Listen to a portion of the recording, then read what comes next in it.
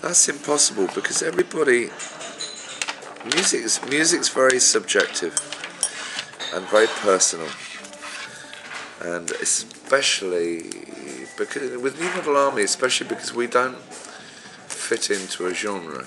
Nobody knows what New Model Army is and what sort of music. So people that love New Model Army are all kind of different kinds of people who like really different other things. Yeah. So it's difficult for me to say that. Yeah. Music's fascinating anyway, just because you can never tell people what they should like. It's like food. You know, you like what you like. And we don't, and you know, there's lots of music I know is good for me. I understand that it's good, it's healthy, it's brilliant music. But I don't like it. I like food. And there's some music, I know it's bad music, but I love it. You know, I like food again. And it's completely subjective.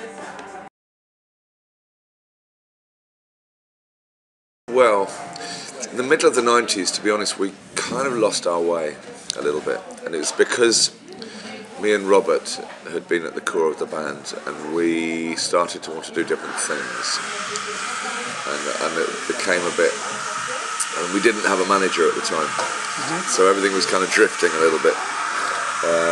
And then Tommy came back. Tommy, who was our tour manager through the 80s, he came back to be our manager in 96. And he realised we were in trouble, that we needed kind of focus. And he and I sat down and we decided, at that time we were free of all contracts. And we decided, we were talking about maybe going back to EMI or what we should do with recording contracts. And we agreed that the internet was going to change everything, and the future was to control your own music.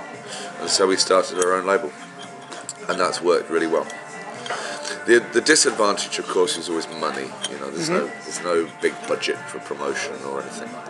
But the great advantage is that we are always working with people that have chosen to work with us. So we have our own label, Attack Attack Records, and then we say, who wants this label in France? Who wants it in Germany? Who wants it in England? Who wants it in America? And people, other independent distributors come to us and say, we want it. So you're always working with people that have chosen to work with you. The problem with major labels is the opposite. Is if you're popular in France, EMI France might sign you to EMI France.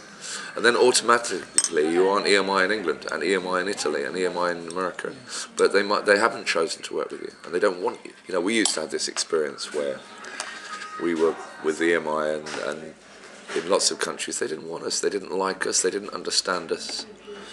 So it was kind of a problem.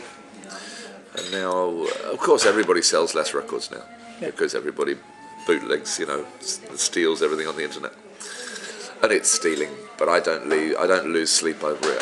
You know, it's just how the world is. I don't have a crusade against. Okay, yeah. So your thoughts about piracy is just? I just kind of shrug my shoulders. Do I think it's stealing? Yes, I do think it's stealing. Do I, like I say, am I fighting against it? No, it's just how the world is.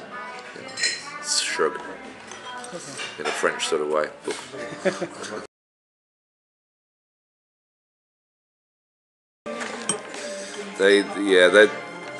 We have an okay relationship with them, sort of, but we had a really bad relationship with Sony.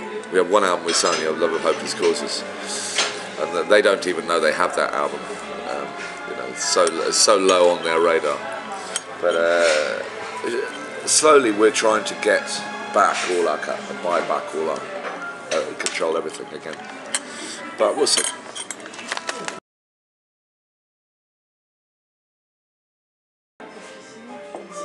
I don't know.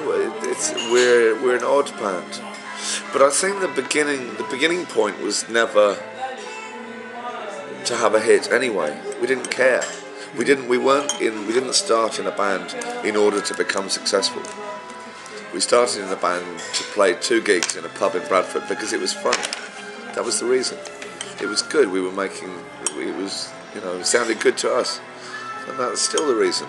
It sounds good to us, we'll do it. And we don't really care what's required for success. You just ignore all that. And we're lucky enough that enough people love the band so that we can keep going. You know what I mean? It's just, Yeah. but the sort of the career aspect was always very low on the list. You know, we have to make money and we have to pay everybody, but the principle of sort of that we were that the purpose of the music was success. That was never the purpose. Okay.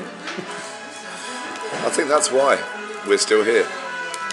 Yeah. Yeah, I think so. And you know, we don't.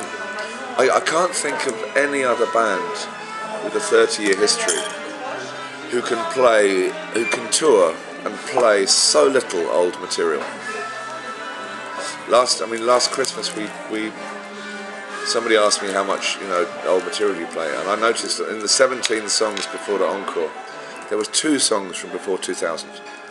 2, and I can't think of any other band that can do that. That we have an audience that accept that what we're doing is always what we're doing now.